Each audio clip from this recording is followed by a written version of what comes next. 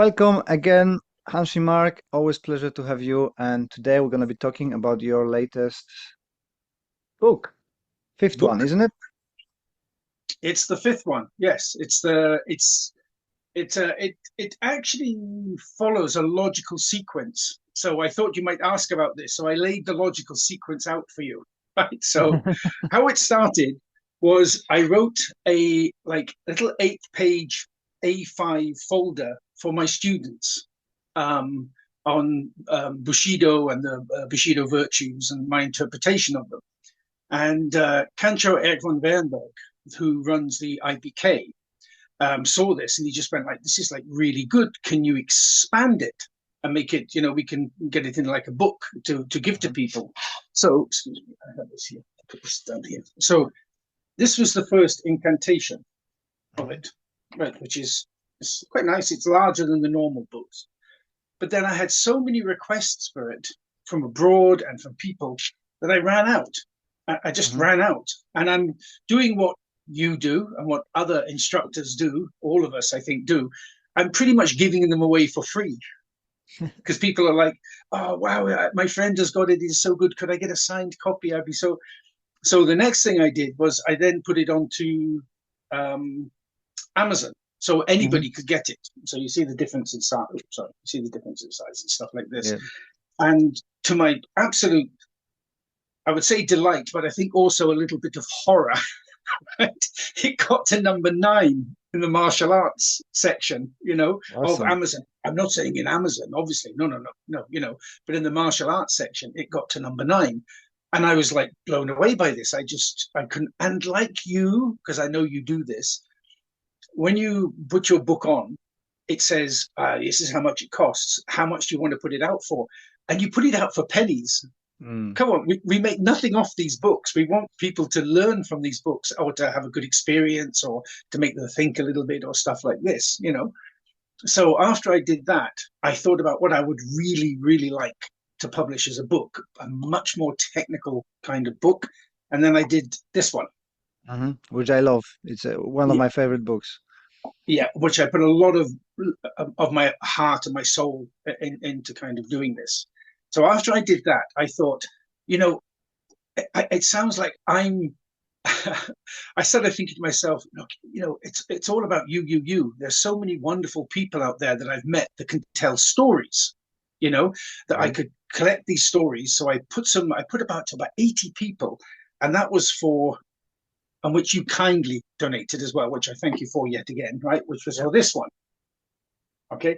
However, unlike yourself, many people 3 months in, I would send them an email and say, how's the story going? It doesn't have to be big, just something like that. Well, I'm looking at it. You'll probably get it next month or something like this. So I got so fed up with this collaborative work Mm. without realizing how difficult a collaborative work can be because you don't want to chase people up too much because they're giving their time and effort. They're being kind. You don't want to put it up. Yeah. So in the meantime, I did this one, which is another quite weighty textbook. It's quite a weighty textbook. So I put this one together, which I had been working on in the background for a few years, but it Mhm. was kind of aimless. You have a piece of work that drifts about and you don't really kind of know where it's going. But then developing the Budo virtues, I had a clear goal I could send it towards, so I could extrapolate Mhm. all my old information. So that one then came out. That one did really quite well as well. So, and then this one came out, and so all Mhm. these books are getting into the top 20s now. Which Cool. was like unbelievable for me. It's unbelievable. I think this got to number 12. I think. I think it was just like kind of unbelievable. And finally, I had been developing all the stuff from the first book about the Budo virtues. And so Mhm. what I started to look at is looking at them and just saying like, these are only any of value or easy to do if you have internalized them. So the important part is you internalize them. So you actually also are you being loyal to yourself and your beliefs? Are you being respectful to yourself? This ties in very closely with the mental health stuff, Mhm. because that way it becomes easier to have them externalized. You can externalize them. So I put like, I don't know, honestly, Les, I put so much time and effort. I don't know if you've flicked through it. It's massive. I I started reading it. I was picking stuff. I got lots of books to read, but I tried to read three books in the same time. But one thing which struck me, and I'm gonna read it out because it resonates with me so much, and I think it ties up with what we've been talking in our previous conversation. If you haven't listened to that one, go and track it because it's very valuable about the child development book. But your quote here is sometimes the fight is not with another person, but with the demons created by those who should have loved us the most. I think this is so powerful and hits very, very deep into why I'm in karate. And myself, which is why I think very often when we're chatting to each other, we kind of resonate with this Mm, whole thing because um, so if you said to me, look, why are you doing martial arts? And I had to compress it into something quite single because obviously things develop. They start as a single seed and then they mm, flower outwards and they become something quite different after a while. But it's really, I wanted to be able to defend my mother better. hmm. And that's why at the beginning there's an autobiography kind of ish Yeah. about the genesis of why I do Kyokushin Budokai Goshin Do, which is just the kind of non-sport version of Kaicho John Blooming's Hmm. Kyokushin Budokai. That's all it is. And in that, and I was sat one day, and bizarrely, I'm really glad you picked up on that because that came to me in a flash. Sometimes these things do, Hmm. and I always have a notebook on me. I always carry a notebook. I know people nowadays use phones because they're much cleverer than me, but I love a notebook. I pull a notebook out and I write. My poor wife is constantly coming around going like, "What about this notebook?" And I'm going, "Oh, where did you find that?" I've been looking. I've been looking for that notebook, and I look back through and I go, "Oh, there's some half decent stuff in here. I can Mm, probably use it." But I was sat there and I thought, where is the fire coming from? Where is the wind that is blowing the sails of my journey throughout life? And that is it. It's fighting those demons, mm, because as a young child, I would try to interfere with my father beating my mother, and then he would turn on me, hmm. and the problem was, you'll probably see it in there. There's a picture of my father in there Yeah, yeah. and he was really good at boxing. He wasn't some kind of skinny guy who was angry at the world and just took it out on his wife and then his children as well. No, that's not true actually, because he never touched my sister. Mm, He never ever touched my sister. And my sister actually really saved me from some bad beatings. She she developed this technique. I remember one time my father punched me in the face and I staggered back and I fell on my back and he advanced on me, and I was stunned and I didn't know what I was doing. And my sister, who's 2 years younger than me, Vanessa, she ran into the room. She dived on top of me, right, and in a feat of extraordinary acrobatics, rolled and landed on me on her back. And as my dad is trying to hit me, she's putting her face in the way hmm. and he won't hit. He would never hit he never did ever hit my sister, and he just got frustrated and left. And very often she would intervene if she was around and Hmm. kind of genuinely protect me, which is a strange thing to say when your younger sister is protecting you. Yeah. Not by any kind of physical means, but by the fact she knew. But this kind of attitude that he had develops its own demons within you. Hmm. I suffer sometimes, or I used to, not so much now, but I used to have to work so hard at controlling rage. I just ridiculous things like you know, trying to put a screw in a plug Yeah. and it slips and the screwdriver bangs into that. Like that is the universe having a go at me. I Yeah. would Yeah. become enraged. I would become enraged by it. Well, I've got similar stuff, but the thing that frustrates me the most, because I'm aware of it, is that's always the little things. If something really bad happens, Tom has anything, but the little things, I just lose temper so much. And I see that sometimes with my kids as well. I don't know, they do something really bad, no problem. But they do like a little thing, you drop the food there and it just goes, poof, fire Yeah. is there, and I don't know where that comes from, but it's just, when it's something major, you can contain it and you see the bigger picture, I suppose. But when it's the little things, you lose that bigger picture and focus on the minute things. I always have this joke that I have this kind of, I wish I had his strength, but I have this kind of enraged Hulk-like figure, like the original Hulk, who was just rage. It was originally written. There was no kind of nuances to the Hulk. It was just pure rage. And I have them behind all these doors: rationality, kindness, resilience, self-discipline. I have him behind all these doors that I keep him in check. But occasionally, it's a good quote, occasionally these doors turn to balsa wood. Straight through. Yeah. I've stood on something on the floor. The universe is doing it again. It's the universe picking on me. But like yourself, one of the other things I noted in the child development book, I says, just like beauty is in the eye of the beholder, so too is violence. Hmm. And very often, particularly when I used to work the nightclubs, I would see acts of quite terrible violence that would have very little effect on me. Hmm. The violence, somebody, I've seen people get glassed and stabbed and stuff like this, and you instantly go quite cold. You just deal with it. You're dealing with the person, dealing with the first aid, that kind of stuff never kind of resonates. But then somebody turning around and grabbing his girlfriend and shaking her because she's annoyed him or something, balsa wood doors. Balsa Mm. wood doors. That's my kryptonite. I suppose it's all going back to protecting a female, right?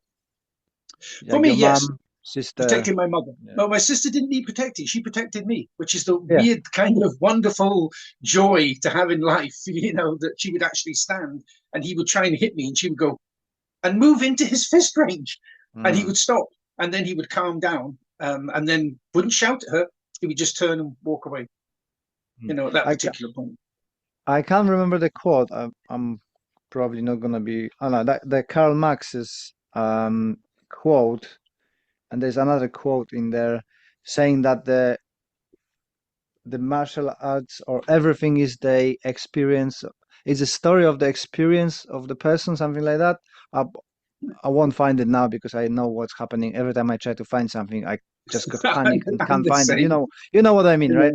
Yeah, yeah, yeah, But yeah. there's something which brought me to thinking about my martial arts expression. It is all the compilation of your experiences that expresses itself through martial arts, right? And that's how Yeah, you develop the Kyokushin, Budokai, Goshin Do, because that's yeah, your kind of yeah. expression and Yeah. take on How the So blooming my mother stuff. was a slight woman. She was petite. She was very Hmm. pretty. She was petite. She was Cornish. And so the whole thing about it. My father was like in the I think it was 64. He was all forces Mediterranean boxing champion. Middleweight. He was really good at boxing, as was my uncle. My uncle, both was a family of really good boxers. So one of the things I was developing is what could I develop so my mother could beat my father. The way I use it in my club is how can a 48, 50-kilo woman beat a heavyweight Thai boxer? Hmm. You know, so we have to cut through anything that's associated with strength. We have to cut through anything that's associated with repetitive hitting. So I do this a number system. I don't know if you've ever done this. The number system, where you end Hmm. up with four high numbers, and then I say to people when I'm teaching them, I say go. If I'm teaching women's classes, I say you always go for your high numbers. So if we take one as pretty crap, it's not really like slapping you on the chest like this to stop you Hmm. hurting me, and up to 10, which is highly effective. We then kind of what we do is we look at the head and we just say, like, okay, so you throw a punch and I drop my head naturally, like this, and you hit the top of my head. What are you going to give that in a scale of 1 to 10? Maybe you get 3 to 4, but you Hmm. probably will end up with a boxer's break as well because it's an incredibly. And then we work down this, or if it's hit really good, you could get yourself maybe a 6 or 7 or stuff. So we work our way down like this, and I say, okay, so you come at me and I jab you. What am I going to get for that? That's going to be a 9 to 10 because you get what's called an autonomic reaction. I stick my finger in your eye and you will, without thinking about it, turn that eye away from me. So then we then work down the body, giving it numbers, and then we end up with 4, which are basically the eyes, the throat, the groin, and the knees, which is Hmm. very much what Gojo Ryu kind of worked towards. And then when I'm teaching the women's self-defense stuff, and then they'll come around and then maybe they might particularly. I use this term called go-to, a go-to technique. Hmm. So if a guy who does boxing is suddenly confronted with people out in the street, his go-to is probably to like boom, boom, boom, throw in. If they do judo, their go-to is to grab. Maybe try and throw the guy to the ground and then run away at that point. So you have these go-tos. And some of the problems I find when I'm teaching people who have like the really good martial artists is to get them to switch from their go-to technique to an effective technique, which will be like an eye jab or maybe a punch to the throat, or maybe your bladed weapons, your shutos, or something like just shuto somebody in the throat and then run away as fast as you can, kick them in the groin or the bladder, or just really kick into the shin or the kneecap, and then again run away. There's the four things. If they can't see, they can't hurt you. If they can't breathe, they can't hurt you. If they can't think, as in you've kicked them in the groin and pain is overwhelming them, they can't hurt you. And if they can't run, they can't hurt you. Or if they can't work, they can't hurt you. So it's kind of like a chaining ladder down. You know what I mean? You go for the eyes, so they flip like this, and then you just run away. And that's the thing I say: one hit if you can, and then run. And if possible, white knight. White knighting? No, but you can tell me. So white knighting is this. You're walking down the street with your wife. A girl comes around the corner, obviously distressed. Maybe her blouse is ripped or she's bleeding or something like that. And she's screaming for help. You are instantly white knighting. Mm-hmm. The old white knight is the good guy, black Yeah. knight is the bad guy. You know what I mean? Yeah. White hat, black hat kind of idea.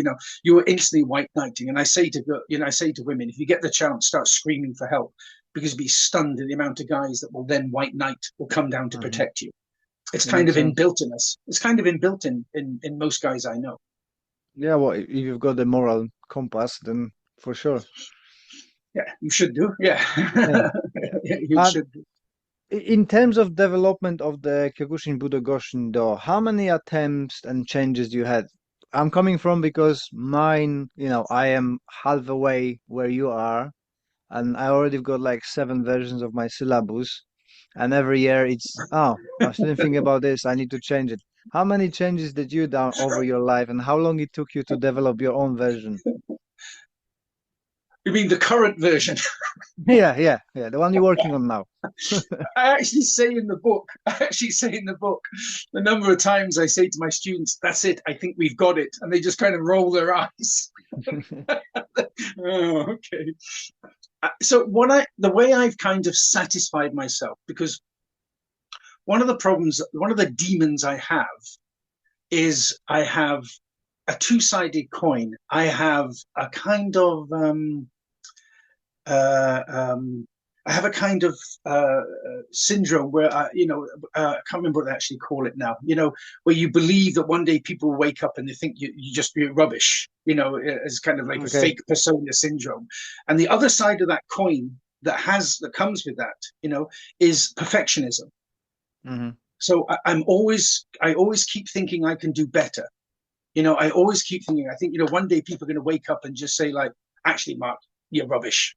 And so I keep pushing and pushing. And that also comes from my father, who was constantly telling me I was rubbish, constantly telling me I was useless. I remember one time. It's like an imposter syndrome, right? Dunning-Kruger. Imposter syndrome. That is it. Thank you. I couldn't remember the name of it. Yeah, it's imposter syndrome. But the other side of imposter syndrome is perfectionism, which is something it's like Weber calls an ideal type. It cannot exist. It cannot really exist within yourself, because, well, time changes you. You're not the same person you were 10 years ago, all this kind of stuff. So for myself, this perfectionism is always constantly trying to smooth edges, to make it better, to make it, so how I've kind of dealt with that with myself now is I have my core syllabus that gives you all the skills you need within the core syllabus to be able to go on and develop other stuff. So we have some wrist locks, but these are further up. So your first 2 gradings are everything you need to survive. So if you only came and did your yellow tabs and your yellow belt, your 10th Q and 9th Q, you would have enough to get by in the street. You have your elbow drills, you have your eye jabs, you have a groin kick, you have enough to get by.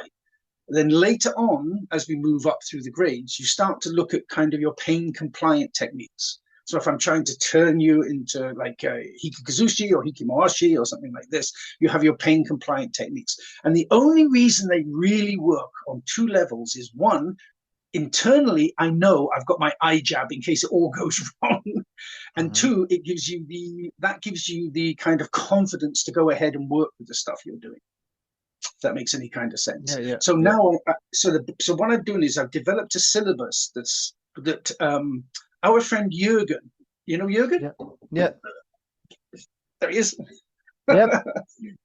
He got a copy of the book and he was talking to me about it, and he I've called got. it He gives those books to everybody. I've been blessed with it as well. yeah, and it's lovely. He always writes something beautiful in it. It's so lovely. And Jürgen said to me, "It's really nice." He said, "It's a deep dive." Mm, And that for me, for somebody who I think I think is a really talented man, not just a martial artist, but a really talented, smart guy. For him to turn around and read my book and say it's a deep dive, I took that as like a real, I one of the few compliments that for a short time I was happy with. yeah, it is. Talking about Jürgen, for me it was like knew about him from the Ashihara books and from my teacher, but I Mhm. never thought I'm gonna meet him. And then Christian, oh, that's my one friend Jürgen. That Jürgen? That Jürgen? And now Yeah. I'm teaching with him actually in October. We're doing a seminar together in Germany. So it's Oh, like, okay. Yeah. it's like a dreams come true, you never thought about being amongst those great people who've been developing the Ashihara karate, and then it's like, wow, he's nearly my friend. I've known Jürgen, I think, since 91. Mm. I've like so the in 91 on Ashihara Karate. In 91, I went to the second Ashihara summer camp in Videbæk in Denmark. Hmm. The first one was in 1990, and Sheehan David Cook was the one that was really promoting at that time. I mean, and the Swiss and the Danes were unbelievable. I mean, at Mm. that point, they were just absolutely incredible. They were super sharp. But of course the German guys were coming in, and then we started to come in. But of all the British guys that came in, I was the only one that stuck with it. Mm. Yeah, until I think eventually, I think it was in '95. So they asked me in '92 to, because I was already a sandan, a third dan. So they asked me in '92 to redo my sandan. But I remember thinking, are you joking? This is incredible, this system. Mm. I don't, I am not ready to be a Sandan in Ashihara Karate. I'm just not. It's too good. I don't know if Mm. that you ever get that sometimes. So in '92, I did my Nidan, and then I did my 40-man fight, Mhm. and ending up with Martin Van Emmen. I don't know if you know who Martin Van Emmen is. I'd He had was the name, but I don't know him. world Thai boxing champion at that time. Oof. Mm. Ooh. I mean, they kind of dragged me like a prisoner of war into the shower. Just left me there with all the shower nozzles pointed at me. I was just laid there, just going, "Oh, I'll be out next week." It was just like he wasn't mean, but I mean, honestly, I remember everyone, even out to this day, every blow going into my thigh and me just collapsing down on that. It was the longest. I think it was 2 minute rounds back then, maybe a minute and a half, 2 minutes. I can't remember. It was the longest time of my life.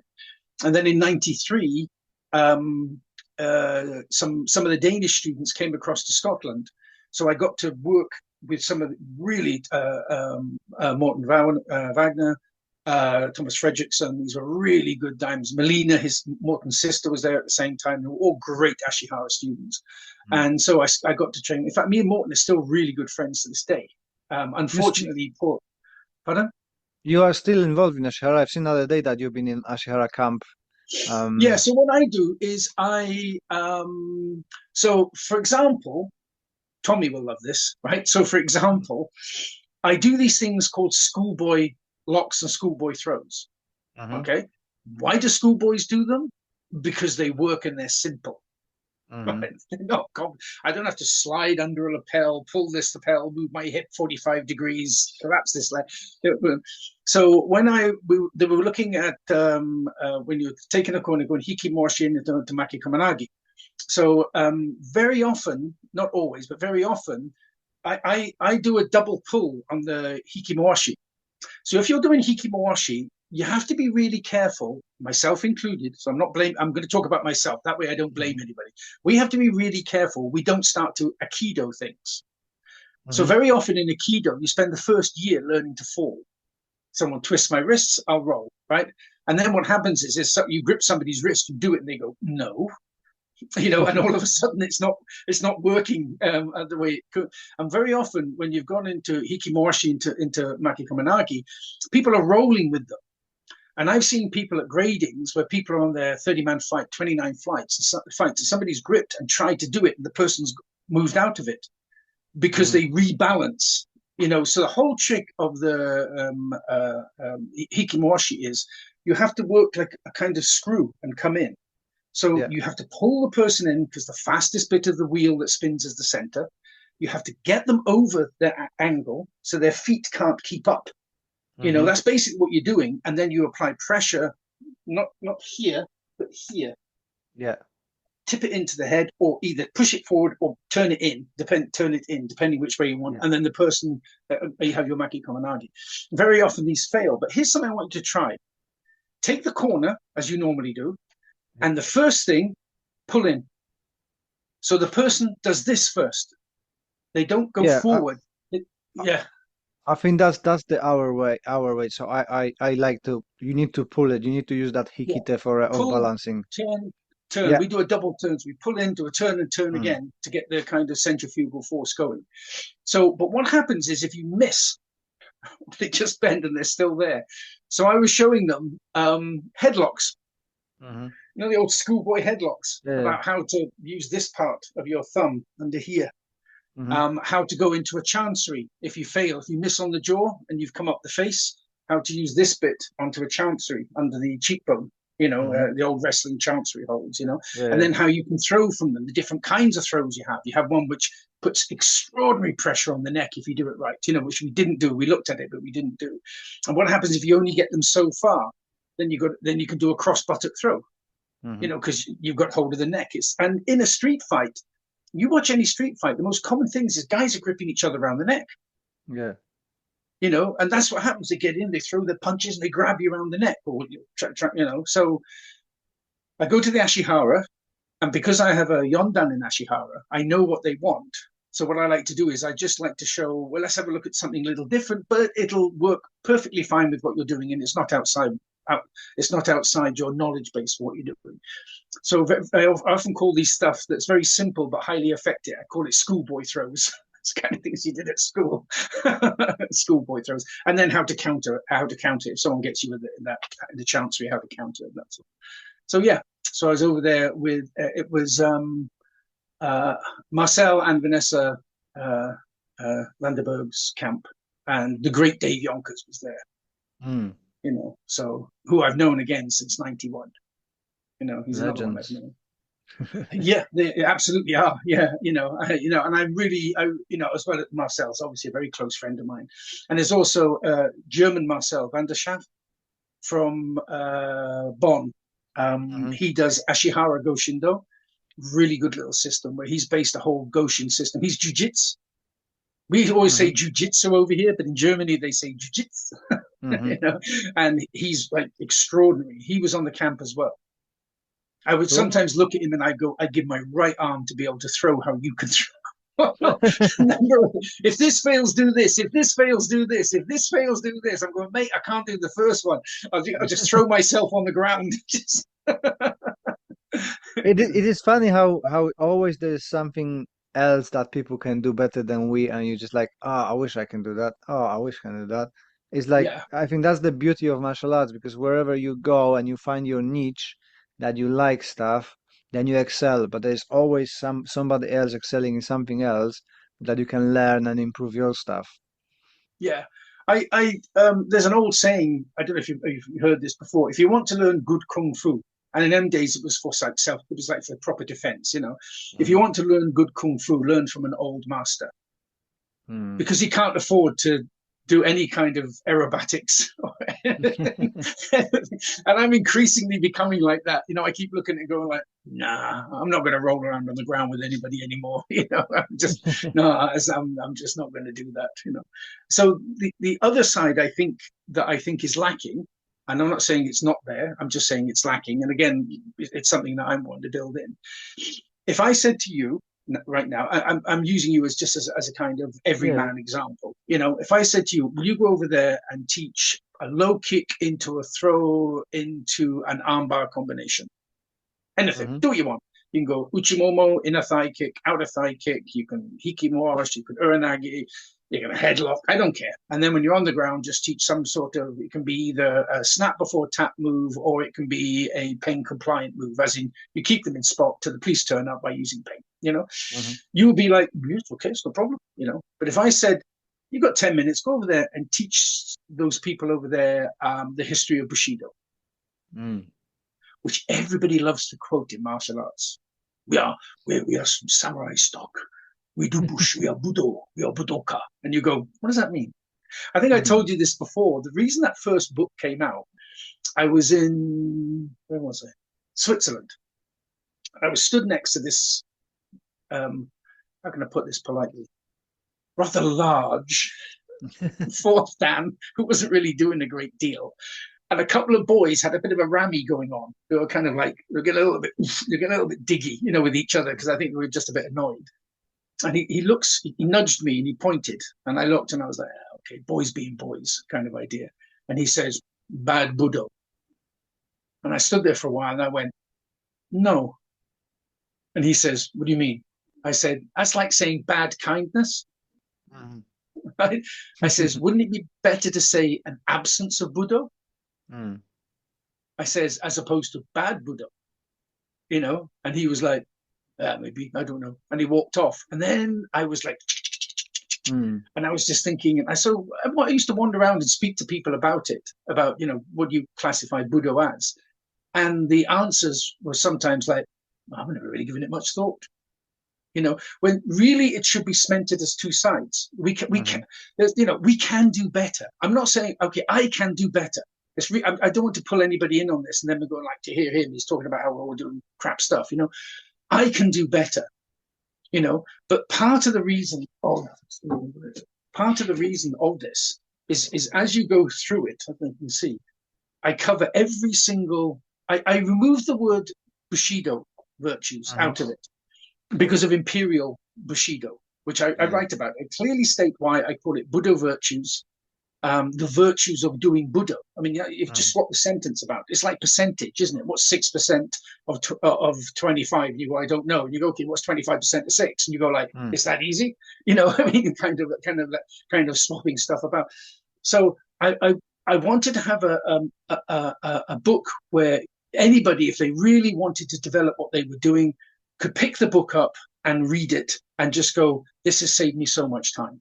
So now I understand why he uses Budo virtues instead of Bushido. Bushido will never Mm. die. I mean, we have modern day Bushido, but it's a little bit watered down. You know, I mean, if you read the book about it, there's a guy called Benishe, and he actually went to Tokyo where they digitalize everything. And before, I think it was 1898, there were only 5 manuals or 5 things that mentioned Bushido. Only 5. Okay. And one of them was a French novel. After Netobi published Bushido in America, it was published in California first. It wasn't published in Japan. It was taken across to Interesting. Japan. Yeah, it was taken across to Japan and then it was translated. Then you're looking for a bridge between, you know, into the Meiji era. You know, they're becoming industrialized. People are feeling like they're losing their own sense of who they are as a people. What have we got? What have we got? What we could nowadays use, we could say like, well, we have chivalry. Mhm. Chivalry is absolutely unique to the European lifestyle. So people, if they wanted, could use chivalry as the bridge, you know, and then, but of course, then what happened is people were like, yeah, this is great. We can be this, we can be this. Then I think it was 19, I think in 1904, the Japanese Navy, which was based on the British Navy. So Japan, as it Mhm. developed its forces, it went, oh, France are really good at this. Germans are really good at this. We'll take that, that, and that. But obviously at that time, Britain had the greatest Navy in the world at that time. Japan beat Russia. Actually, Mm. so all of a sudden now this is rising and rising. And then Bushido got linked with xenophobia. it got linked with, this is who we are. Then we have the whole problems with Manchuria, Nanking, all this kind of stuff. And it came up and came up until eventually, after I think 1945, 46, you'll find very little being written about Bushido. Very little. It became a taboo subject within the Japanese community, and then later on it started to come in, but in a new way, corporate Bushido. How, use Bushido to develop your video business, to use Bushido to develop your anxious black belt, sports stuff and all the rest of it. But when I was looking to try and find a simple philosophy. People don't like complexity. No, okay. I don't like complexity. I involved everyone in my demon then. I don't like complexity. I use the KISS philosophy. Keep it simple, stupid. You know what I mean? And I say that to myself all the time. Is this KISS? Am I doing it right? Am I just overthinking? Am I making this overcomplicated? And so I started looking for a kind of martial arts kind of philosophy. And that conversation with the guy that I had was the spark for I had lots of stuff I'd written up, but again, like I said, it was like this. It didn't have a path. It didn't have a way. It was just dithering around like this, and it needed a path. And as soon as I knew exactly where I was going with this, everything just went, it just fell into line perfectly. And then that's when I started looking at it, and I was like, I don't want to call it Bushido. I didn't really want to call it Bushido. I can see where that comes from, but the linkage is with Imperial Bushido, from the Second World War. And then I just thought, well, don't complicate it. Just call it Budo virtues, but hyphenate it as one word. It's now hyphenated as a word. It never used to be. It was two capitalized letters, but now I've hyphenated it, which again is me just developing things as I go along.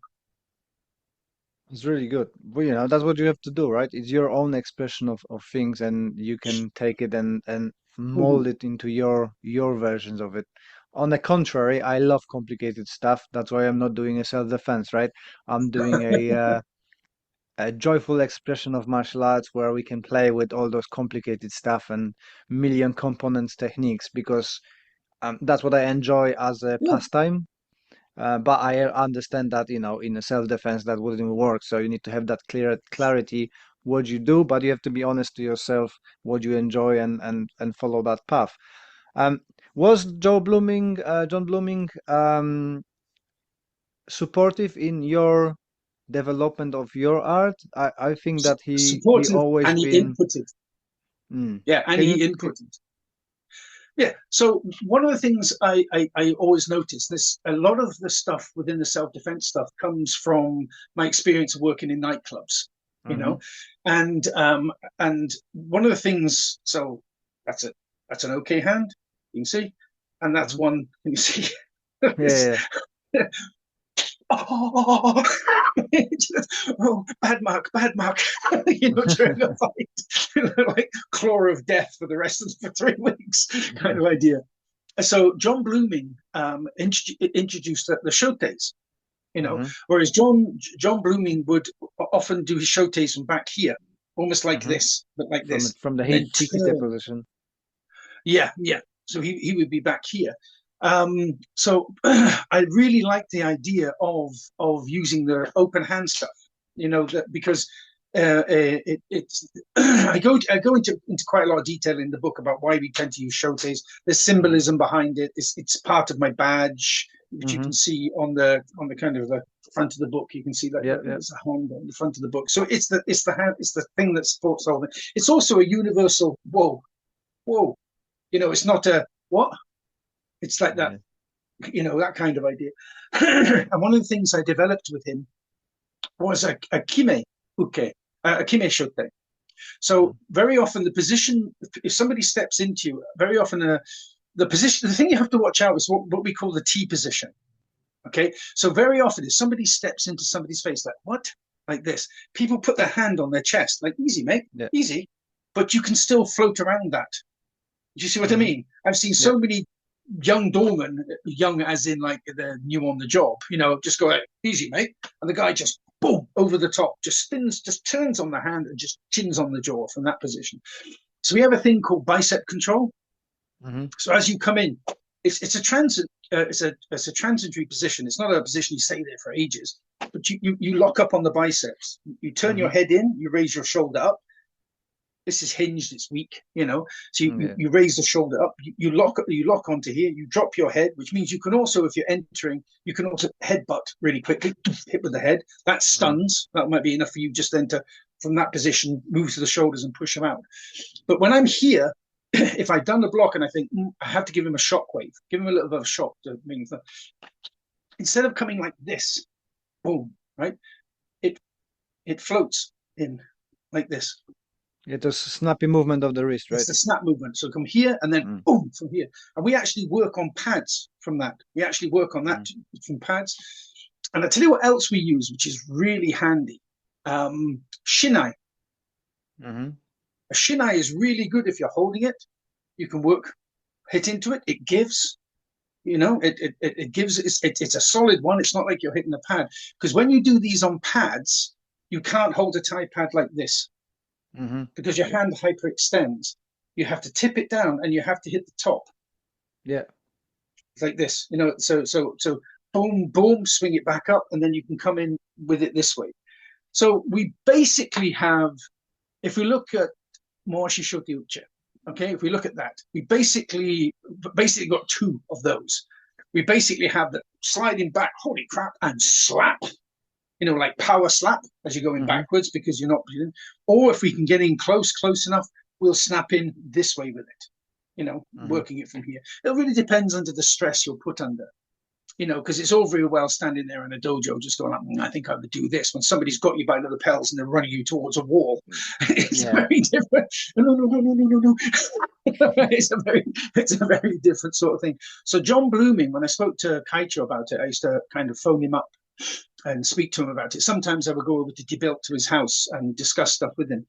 And the thing that always stunned me about Kaicho was he never once said, which I sometimes say, oh, I'll have to have a think about that. That's a good point. I'll have a think about that. Let me go away and mull it through my head for a while, and I'll come back and I'll probably have an answer for you.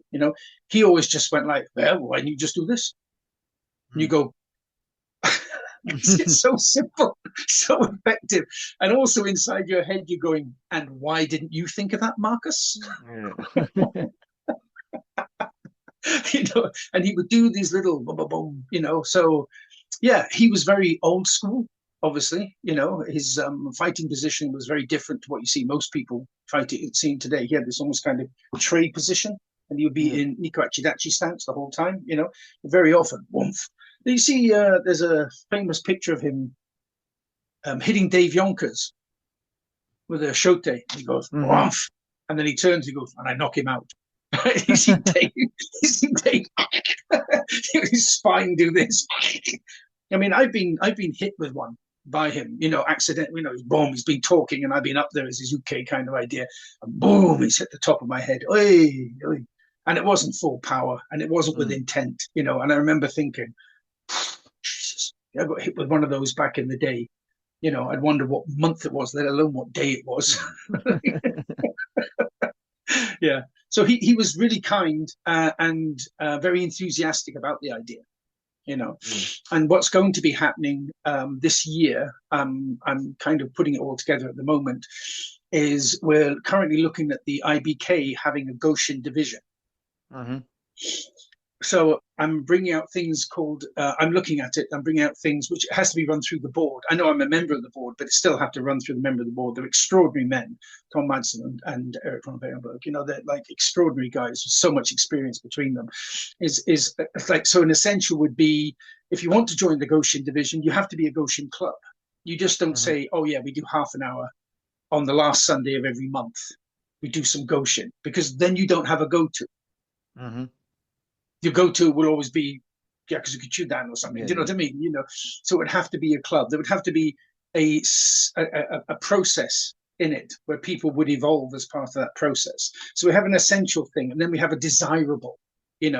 I think it is very desirable that you can impart a philosophy within it that will aid people, will aid their mental health, will aid their anxiety, and all the rest of it. And my honest opinion is the Budo virtues allow you to do that, because you're entering in interaction with universal positive attributes. You know, Mm. you're being respectful, you're being kind, you know what I mean? You're being loyal, you're being honest, you're honorable, and you're when you enter in with this, at no point then will you get anxious by thinking back and going, was I or wasn't I? Because you know you did, you entered into these things with people, showing them respect as you're dealing with them and stuff like that. You know, because people say to me, if I'm showing respect to somebody and they're not being respectful back, what do I do? I said, just walk away. Yeah. Just walk away. It's just, you know, if you come outside and you have the potential not to fight, and there are four big, huge guys out there, are you going to fight or are you going to walk away? There's going to be a fight you'll never win, because this is how that person is, you know, and just walk away. It's funny how the ego plays us, right? Uh, Yeah, it's yeah, it's yeah, so simple. Just walk away. But no, I need to prove I'm better. La, I'll be back. yeah, yeah, yeah. So for myself, excuse me, somebody's just done something on here. I mean, you just get rid of it. Um, yeah, yeah, and ego, pride, and anger for myself very often. You know, most of the time, after you've worked to the doors for a good few years, people are insulting you. Don't particularly tend to care much, you know. But Mm. one of the reasons I had a lot of lumps. I'd often come home with lumps, you know, is because if I'm stood on the door and I'm not letting somebody in, and I have one of my Nigerian doormen was 6'4" and built like this. You know, the other one was one of my other doormen was another big guy who did like lots of strength activities, and he's Mhm. towering over me. And you're angry because I won't let you in. And you look there, and you look there, and then you look at me. I know what's going to happen. I'm the one that's getting punched in the face over it, you know. So, you know, and interestingly, we spoke about the effectiveness of techniques in a Goshin manner. And one of the ones this genuinely happened. I was working at a nightclub, and the nightclub was downstairs. So you paid as you came in, you went down the stairs, you know, and it was very popular. And a massive fight had happened in the area where you pay. It just all kicked off, you know. Mhm. So we went up there to deal with it, and I can't remember how it happened, but we ended up doing the worst thing possible. We went outside with it. Mhm. So we've gone outside with it. I think if I remember correctly, one of my doormen got bottled. He got hit with a bottle. It didn't break, but it split him open, because Mm. bottles don't break like they do in the films. You hear this, Ah. you know, they don't break like they do in the films, you know, and it split him open. And I think we got all a bit enraged by this. But anyway, forget it. So I'm outside, and I'm like fighting with one guy, and I've got him pinned against the wall, and his friend came running down and drove his knee into my thigh at speed with power. Boom, you Mhm. know, so oosh, like this. But I turned, it was like, Ucha, turned, got hold of him, right? And then just hit him, you know. Mhm. Everything cooled down, walked back in, kind of limping slightly. Everyone's, your men in those kind of circumstances, we debrief with humor. Mm.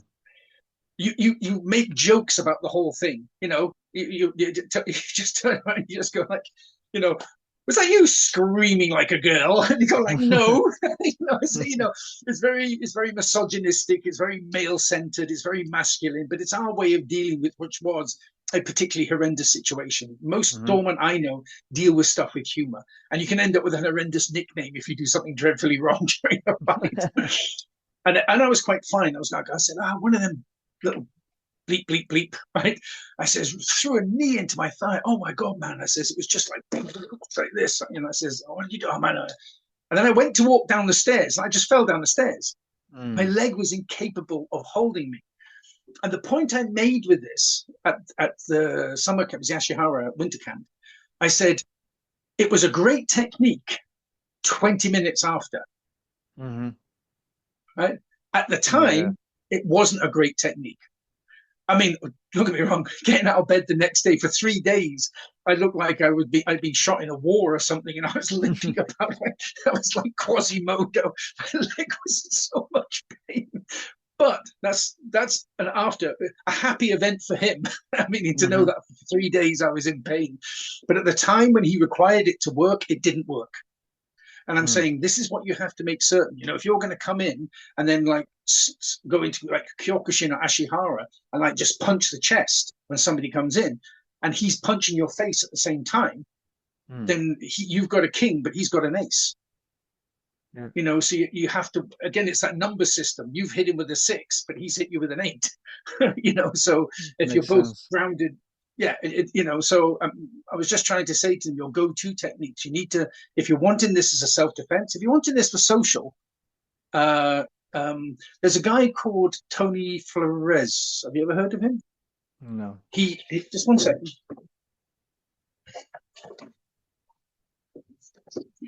This is my master's dissertation. Oh, okay. Okay, so Cool. that was the last ever bare knuckle boxing match they shook hands on. So I use that. But in here, there's a guy called Tony Flores, and he wrote a survey of random sample of wushu enthusiasts. So he speaks Chinese. His wife at that point was a Chinese. She was a wushu champion. And basically, what he did is he looked at why do people do it, and he had 12 domains for it. The results were that most of the people did it for sociability. Mhm. So most Makes people here, sense. wushu was social intercourse and status. Number 2, wushu as health. Okay, Hmm. an interesting one, wushu as a pursuit of risk. Oh. Hmm. Have you ever heard the Adrenaline. term? You ever heard the term mimetic activity? So the No. word mimetic means to mimic. Hmm. So why do we play games? What are they mimicking? You see football, you see a group of men like hunters Hmm. performing as a well-disciplined, coordinated group. Okay, they're kicking a ball in the back of the net, but it's a mimetic activity where humans have to work together as a highly coordinated group. And then you Hmm. have like boxers. So the mimetic activity there is easy to spot. Archery, easy to spot. You can easily Hmm. do this. But there's other reasons about why people. So he looked at all these people. He's a huge survey. Wushu, here's one for you. Wushu as an aesthetic experience, Hmm. the enjoyment of complex techniques teased apart and re-put back together again. Hmm. Wushu as sports, self-sacrifice. Some people said they see it as a way of being of self-sacrifice. So it was just an appendix in my book I'd written Hmm. to him when he was still I think he was at the University of Peking then. I think that's how long ago. Okay. I think it was Beijing. And yeah, so he did this whole thing about why people are doing it. And I was saying to them, one of the key things myself is in the term. We are doing, I don't like the term art. I think we spoke about this before. I don't like the word Mm. art. Martial something. We have to, Mm. martial training, because art kind of moves it into a kind of, somebody sticks up a unpainted white frame canvas and then calls it the scream of an existential soul in an uncaring universe. And beard people go, oh, Yeah. that's so good. And you're going, mate, no. Yeah. Yeah. Yeah, you know. So for me, I often say to people, look, the key's in the term martial, from Mars, warlike. Mm. We have to have some. You can't let it slip too far down to the white unpainted canvas. Yeah. Yeah. Do you know what I mean? You can have different kind of artists, Cubanism, Hmm. hyperrealism. You can have all these kind of things. There's nothing wrong with any of them. They're all functional and great. But when you start shifting down into, and there we've got your no-touch stuff. That's a white canvas. That's a Yeah. white canvas, mate. I'm sorry, but it's you You know. haven't trained. You haven't trained long enough to discover the power of no touch knockouts. Let me tell you a story about when I was a young man. So I used to get karate and Oriental arts by Paul Brunton. It's not done Hmm. anymore. Paul's now died, but it came out every couple of months. Now Paul was a Tai Chi enthusiast, and I remember reading about this stuff called Chi or Ki. And Hmm. there were stories in his books about some guy had gone to the front door and then found himself on the path because, as a joke, his Chi master had done this and fired through the door. And I'm thinking, I was training with Kevin Hamilton Stewart at the time. He's still alive. He's an amazing Wado instructor. I think he was an ambassador for the British Karate Association. I want to say, no. But we were doing like hundreds of press ups, crunches, all the rest of it. We were getting all that kind of stuff done. And I was going, why are we doing all this? I was 15. Mhm. I was quite tough, but I was 15. And then I heard about a guy that was doing there was a kind of a mind, body, spirit festival Mhm. thing, you know? And I thought, ooh, and there was a Tai Chi guy there, who's going to be doing all this. So I thought, oof, I'm going to go there. So I was the only one stood with a green belt on, a karate suit. Everyone else was like kind of older, and they were kind of hippie-ish, open-toed Mhm. sandals and stuff like that. And he was doing stuff like hitting his opponent, and the opponent was going down. And he said as a joke, would anyone like to feel a chi strike? So I was like, no, because I was getting battered. Wadaroo back in the early 70s was not like the Wadaroo you see it now. It was like a really tough system, flicks, shin kicks, and flicks for the Mhm. forehead and stuff like this. So people seemed interested in this, and so he's kind of looking at me, and I was kind of like a scrawny, kind of long hair. It was in the 70s, and this kind of stuff. And he came out and he says, "Oh, you stand like this," and he stood me in like kind of hikodachi position. And I was like, Mhm. no, I'm not having this. So I shifted my foot back a little bit. I needed a bit of purchase. You're not going to tap me in the chest and I fall over and then you get a round of applause for it. And he's saying like, or he was a like a Spanish kind of guy, but he spoke good English. And he's going like, ordinarily I would get you to sign a waiver in case I killed you or you died a week later. Playing that mind games. But we used to stand and take hits to the stomach Mhm. back in the day. Kevin Hamilton Stewart really built us into tough little cookies, and he was talking. Now, bear in mind, he'd always done this, and the person Mhm. had kind of like, and he's talking to me, and I looked at him and I went, "You're tensing up."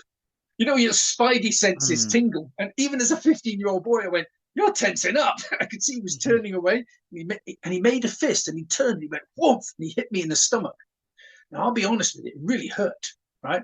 But I had enough savvy to go like that. And I went like this, but he didn't move me back, right? And then he just went like, oh, well done, well done. But he nearly got me. And do you know how he Mhm. nearly got me? At the end, I'm putting on my tracksuit to go home. I had to catch the bus back home, like 2 hours going to every little Welsh town, picking up milk and stuff. And I'm putting my tracksuit on, very disappointed. And I'd had to save a lot of money to go to this course. And he came across with his instructor. To begin with, I thought he was going to punch me. I thought we were going to have an all-out fight, and I was like, kind of like, oh, because he's an adult. I was a child still.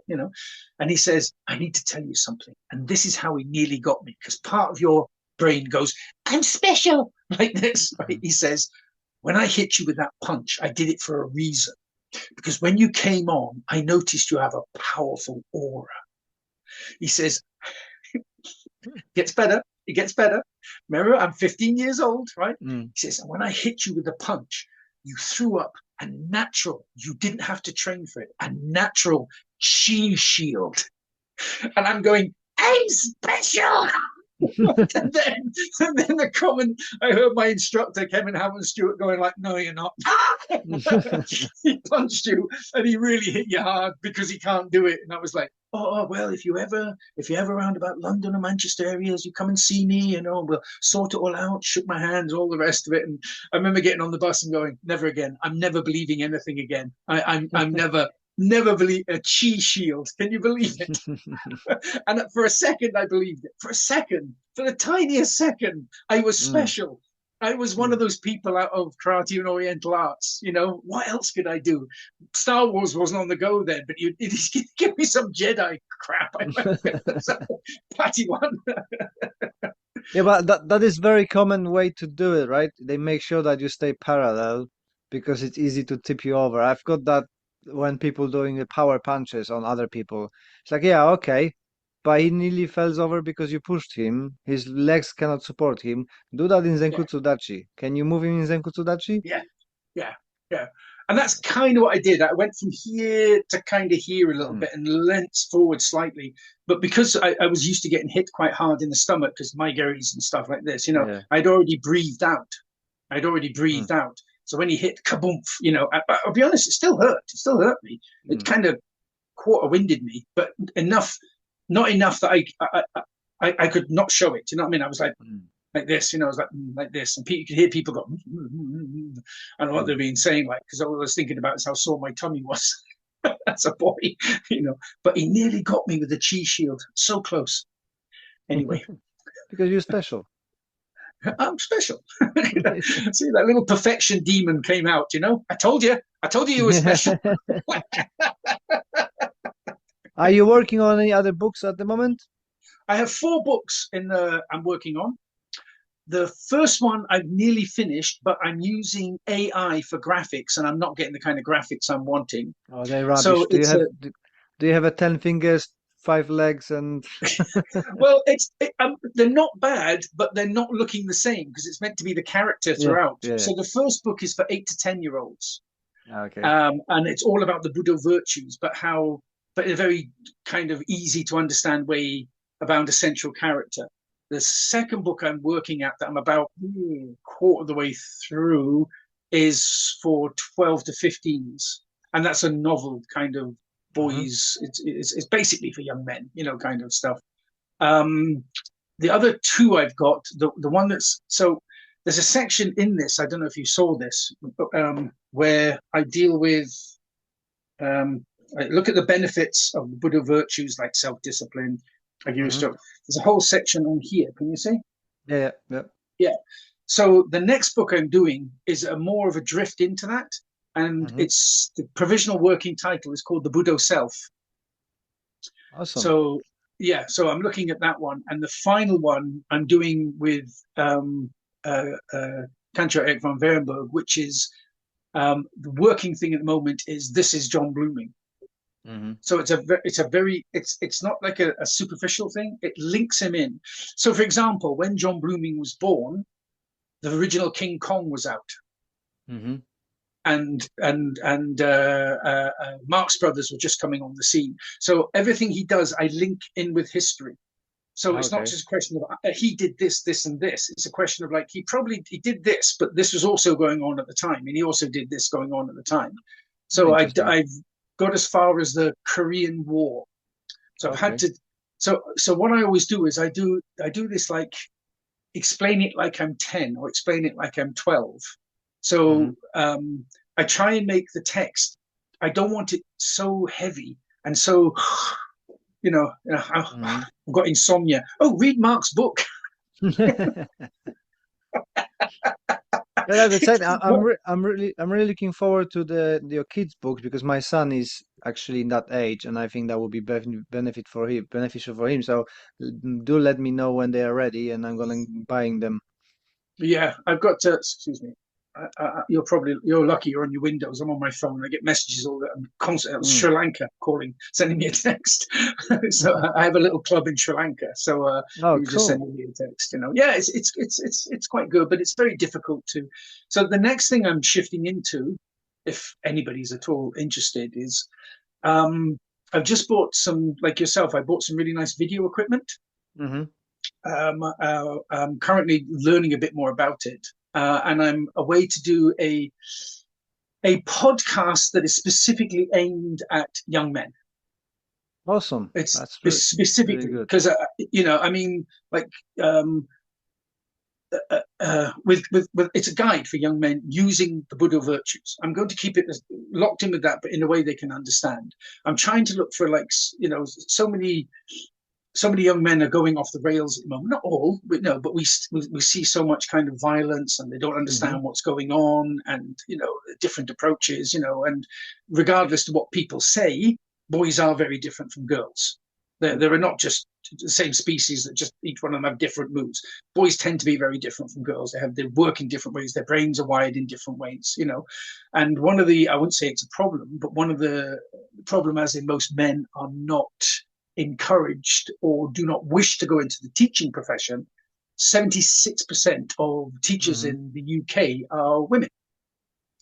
And for example, when I finished my last job, I was really hoping that there would be a guy come in as the manager. Not because I didn't want women to come in. There's incredible female managers out there, that I learned a lot from over the years. But who do the young men go to? I used to have boys coming to me with man problems. And whatever problem they had, guess who had also had it? Even if Mm. I'd never had it. Because as soon Yeah. as they see somebody who's authoritative, who seems like they've got their act together, seems like they've got their act together.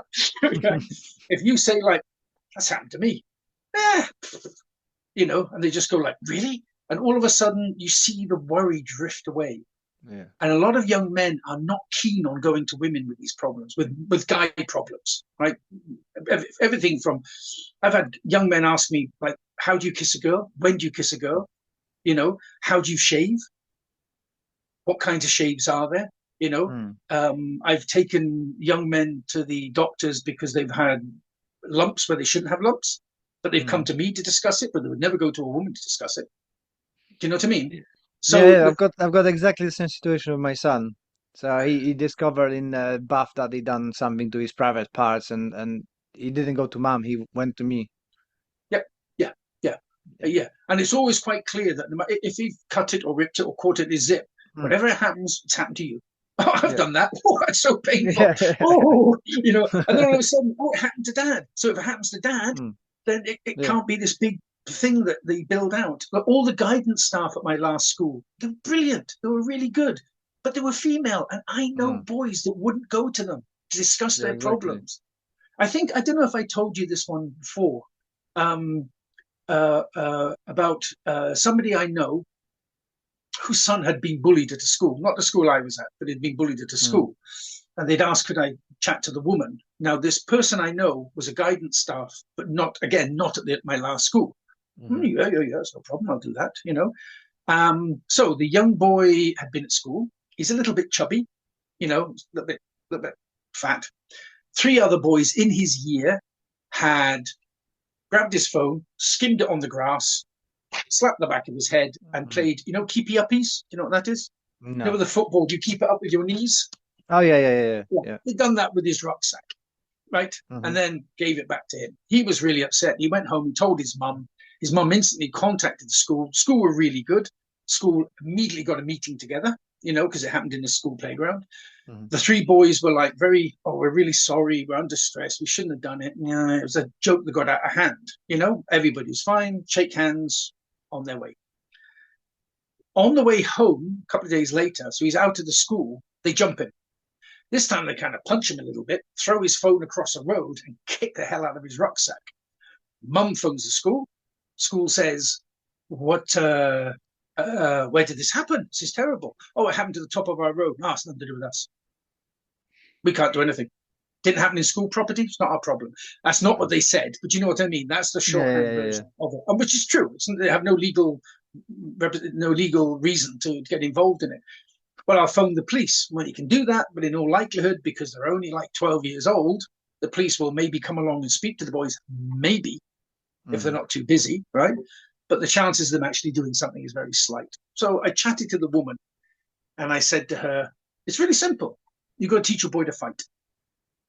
Mm. And she said, like, what? I says, yeah, put him boxing once a week, judo once a week. Nothing too much. Just get him in there, let him enjoy himself, find the right kind of instructor. So if it does come to it again, even if he only gets a couple of licks in, they're going to treat him a little bit differently. It's like the cat Yeah. you stroke all the time, then one day it bites you. Now you don't want to stroke that cat. It hasn't hurt you. Yeah. But you're very, very reluctant to stroke that cat, even though he hasn't broken the skin. You're like, no, Yeah. I'm not stroking that cat again. And she said, like, I'm not doing that. That's perpetuating violence. And I went, did you teach him to swim? And she went, yes, of course. I said, why didn't you just teach him to run away from any big body of water? Mm. Oh, it's a river, run. Oh, it's a sea, run. Why didn't you just teach him that? I said, why did you teach him to swim? It wasn't just so he could have fun. If he fell in, he could get himself to the side and pull himself out and not die. I'm saying, if you don't sort this out now, as he gets older, if this continues to happen, you get a psychological thing that happens. I know Mm. guys in their 50s who were bullied at school and still think about it to this day, still Yeah. think I should have done this to this day. I said, it's far better to get a couple of licks in while you're getting bullied. I said, sounds counterintuitive. I Mm. says, no, probably leave him alone. They'll probably just go on to an easier target that won't fight back. I says, Mm. but you're the mother. She was a single mother. She lived on her own. I truly believe that the dad would have been out the back with a set of cushions, getting the boy to hit some of the cushions to deal with it. Yeah, it was actually funny. A couple of weeks ago, we've been standing and waiting for Max to come back from school, and there's other dad with the young son, and he came in. Oh, they pushed me, and dad said to him, I overheard it. He said, next time when they come, warn them. If that doesn't stop, punch them in the tummy. Not in the face, punch them in the tummy. If teachers tell you off, send them to daddy. And I'm thinking like, I said exactly the same thing to my son. Yeah, yeah, yeah, yeah, yeah. But but the stuff I said when I Mm, said it, when I recounted that story at the staff room, right? Almost every single female teacher went, yeah. solves nothing, solves nothing. I'm going, you don't understand how a young boy's brain is wired. He'll carry that with him. He'll always remember that stomach churning moment he spots one of them walking up the street towards him. That fear, the sweat, thinking, not wanting to go outside and play because they might Mm, appear in the park. I says, you liberate the child when you teach the child self defense, mm, not self offense. yeah.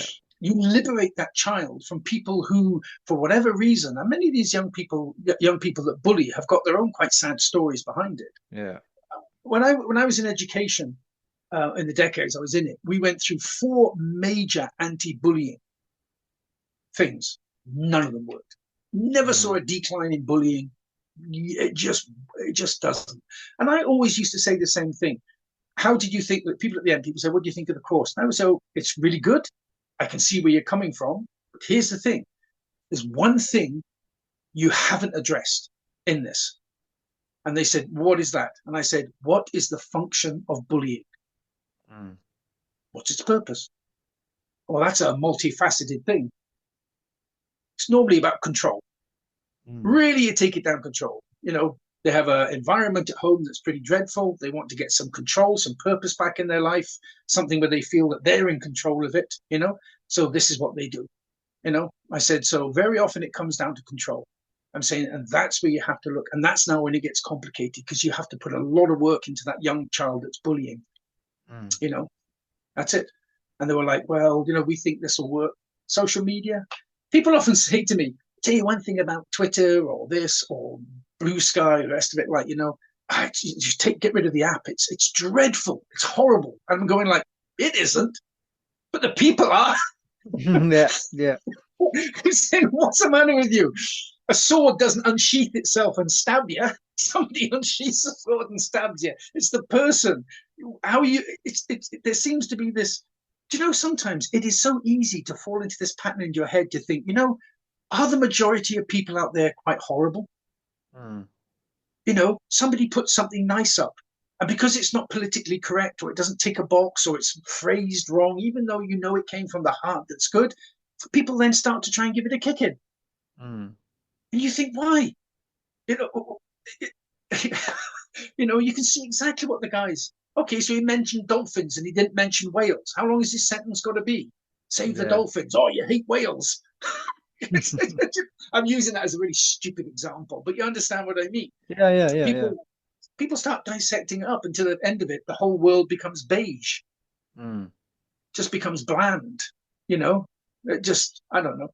But anyway, so for myself, I think having a working philosophy, a living philosophy that you can use, particularly when you feed it back onto yourself, you're continually watching yourself and looking at yourself and stuff like that. I think that makes much more resilient kind of stuff because it involves a form of self-discipline and self-discipline. So appropriate external discipline, like in a martial arts class. Okay, we'll mm, just use that as a simple example for the podcast, right?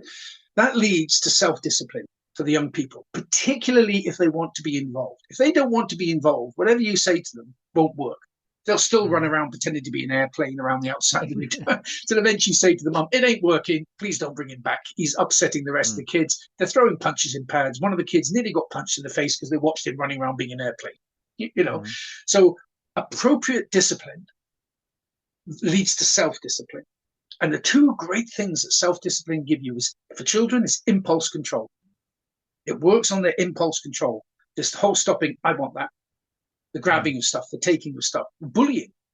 It works on the impulse control, but it also works on really good forward planning skills.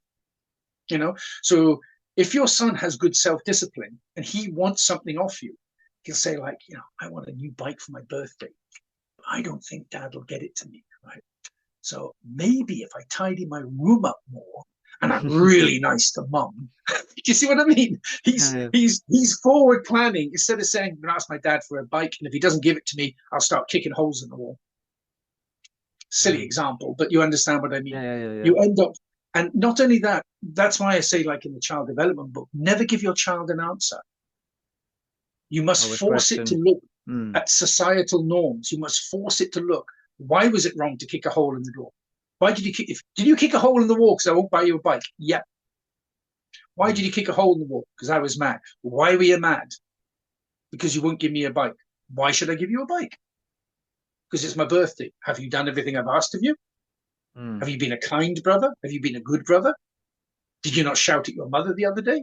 You know, not like you shouldn't shout at your mother. You shouldn't.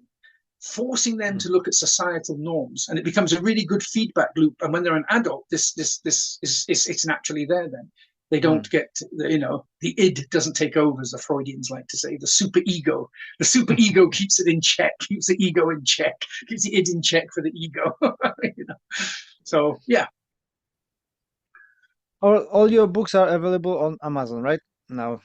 they are, for anybody who is even mildly interested. They are all reasonably priced. As my wife always says, my wife said about this last book, my wife said, how many hundreds of hours did you put into that? Like over the years, because you've been Yeah. collating stuff. And I just went, I don't know, so much time. And she says, you should put that out at about £30. I'm going, no, because there's people out there that can't afford £30. Yeah, But yeah. I think £15 is what it is. I think for a 300-page dense thing, which you can take stuff out of and you can learn. If you say, like, okay, I want to start introducing a bit of, it's like, you can call it samurai philosophy. If I want to do a little samurai philosophy to my kids, you can pick the book up and flick through, say, honor or benevolence. You just have to change the terminology. We'll look at kind benevolence. We'll change that. You can flip through it, pick out a few points. There's even learning plans in it. Yeah, There's I've even seen. plans. Yeah. Yeah, you can put them in place. I mean, they're not Mm. perfect, but they might be an aid for somebody to be able to want to do something with it. You know, Yeah, definitely recommend the grabbing the book, and the link's gonna be in the description. So go ahead and buy yourself. Mark, thank you very much for your time. Always pleasure talking to you, and keep writing the books because they are fantastic. thank you. So it's always a pleasure speaking to you. It genuinely is. I sometimes feel there's a connection here because we've spoken about stuff before our childhoods and things like this. Mm. And I often feel there's quite a connection. And genuinely, the stuff you're doing with the karate for mental health is like, that's my hat off. That's actually astonishing. Just really good. And more of that. Keep doing that. Thank you very much. Okay. Take care. Cheers. Us. Was